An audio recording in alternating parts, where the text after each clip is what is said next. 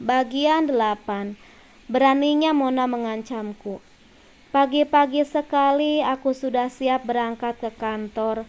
Bahkan aku sengaja tidak membangunkan Mas Angga karena ada sesuatu yang ingin kulakukan tanpa sepengetahuannya. Sebagai istri, meski tengah kecewa, aku tetap menyiapkan kopi untuknya dan sarapannya sudah kuminta Bi Intan membuatkannya. Pagi-pagi sekali aku sudah siap berangkat ke kantor. Bahkan aku sengaja tidak membangunkan Mas Angga karena ada sesuatu yang ingin kulakukan tanpa sepengetahuannya. Sebagai istri, meski tengah kecewa, aku tetap menyiapkan kopi untuknya dan sarapannya. Sudah kuminta Bi Intan membuatkannya. Pembicaraan di restoran semalam membuatku berinisiatif untuk datang ke kafe yang dikelola Mas Angga, mencari tahu perihal pemasukan kafe yang katanya menurun dan sepi pengunjung.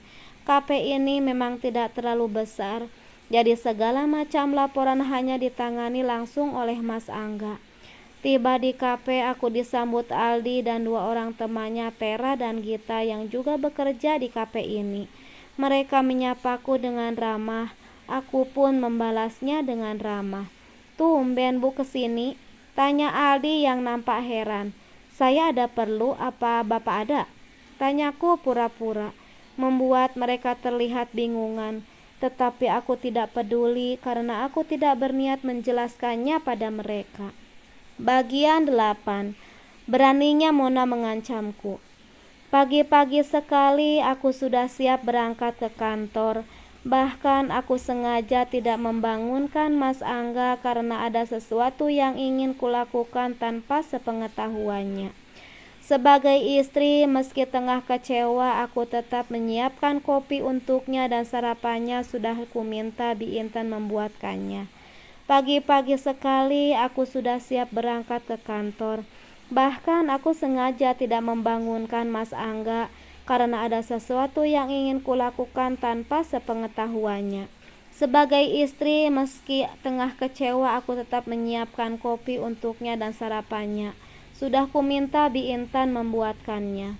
Pembicaraan di restoran semalam membuatku berinisiatif untuk datang ke kafe yang dikelola Mas Angga, mencari tahu perihal pemasukan kafe yang katanya menurun dan sepi pengunjung. Kafe ini memang tidak terlalu besar, jadi segala macam laporan hanya ditangani langsung oleh Mas Angga. Tiba di kafe, aku disambut Aldi dan dua orang temannya, Tera dan Gita, yang juga bekerja di kafe ini. Mereka menyapaku dengan ramah, aku pun membalasnya dengan ramah. "Tumben Bu kesini?" tanya Aldi yang nampak heran. "Saya ada perlu, apa Bapak ada?" tanyaku pura-pura, membuat mereka terlihat bingungan. Tetapi aku tidak peduli karena aku tidak berniat menjelaskannya pada mereka.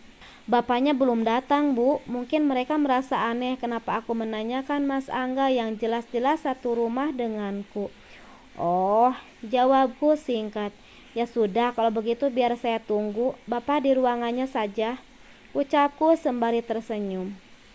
Mereka sekilas nampak berpandangan, seolah tangan menyembunyikan sesuatu.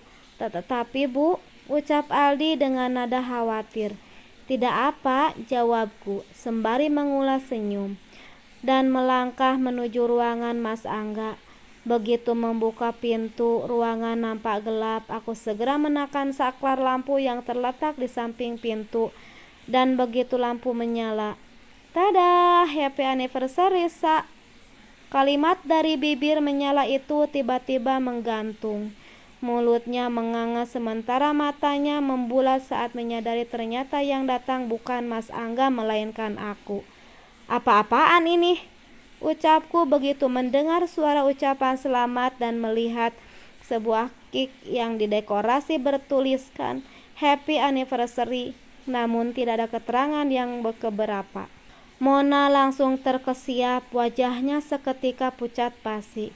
"Jadi benar dugaan saya, kalau di antara kalian ada main," ucapku seraya melangkah semakin dekat ke arah Mona. yang terus berjalan mundur ke belakang hingga tubuh pada berisinya mentok pada sebuah meja kerja Mas Angga. Maaf Mbak, maksud saya selamat ulang tahun, ucapnya terbata dengan bibir bergetar. Kalau begitu kenapa di cake-nya tulisannya anniversary? Ucapku sembari mendelik melihat ke arah cake-nya, lalu beralih menatap wajah pucatnya. Ya, yang buatnya salah kilahnya. Jadi saya salah baca. Suara Mona semakin serak dan terdengar ketakutan. Entah kenapa pula harus bertepatan hari ini memang. Mas Angga berusia tepat 29 tahun. Tetapi tentunya aku tidak akan mudah percaya begitu saja. Menurutmu aku akan percaya? Tanyaku sembari mendekatkan wajah ke arahnya lalu menyeringai. Terserah Mbak mau percaya atau tidak. Tapi begitulah kenyataannya, ucap Mona berusaha membela diri. Aku tersenyum sinis sembari menoleh ke samping. Pintar sekali perempuan sok polos ini bersandiwara. Aku mengambil ponsel dari dalam tas dan memperlihatkan video yang hanya berdurasi kurang lebih 15 detik tersebut. Kalau begitu apa ini? Tanyaku sengit. Mata Mona membulat seakan mau copot dari tempatnya, mungkin shock atau apa. Saya sudah tahu semuanya, tegasku. Mona semakin terlihat terkejut, kemudian ia menaruh cake-nya ke atas meja dan tersenyum yang membuatku tak mengerti. Jadi Mbak sudah tahu semuanya? Aku mendecih, melihat sikapnya yang seakan tidak terlihat penyesalan.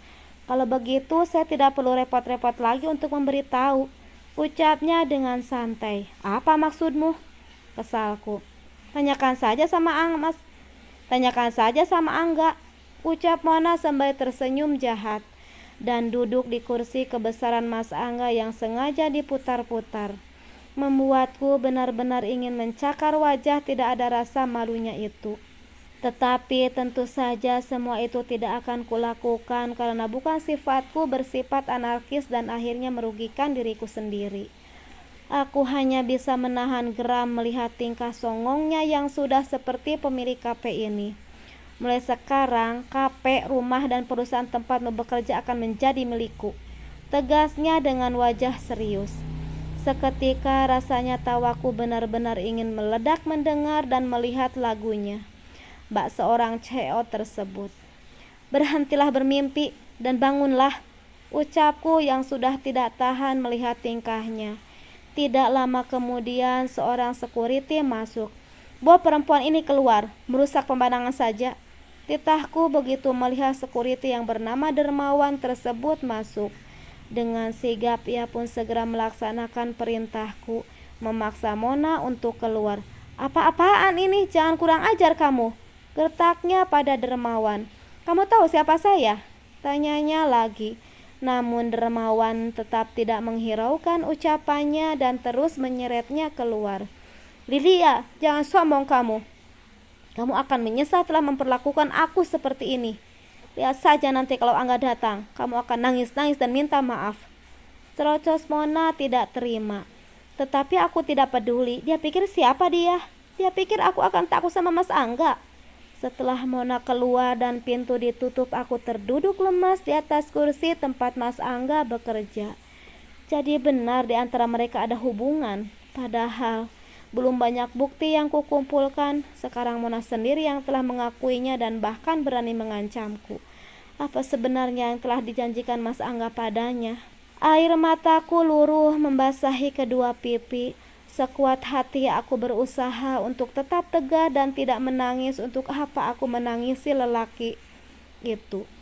Dengan kasar aku menghapus air mataku dengan kerudung napi yang kupakai. Aku tidak boleh diam saja. Mereka harus menerima ganjarannya. Tiba-tiba aku teringat Dimas, tungkai kakiku lemas. Apa aku begitu ego jika memisahkan Dimas dari papanya? Apa yang harus kulakukan?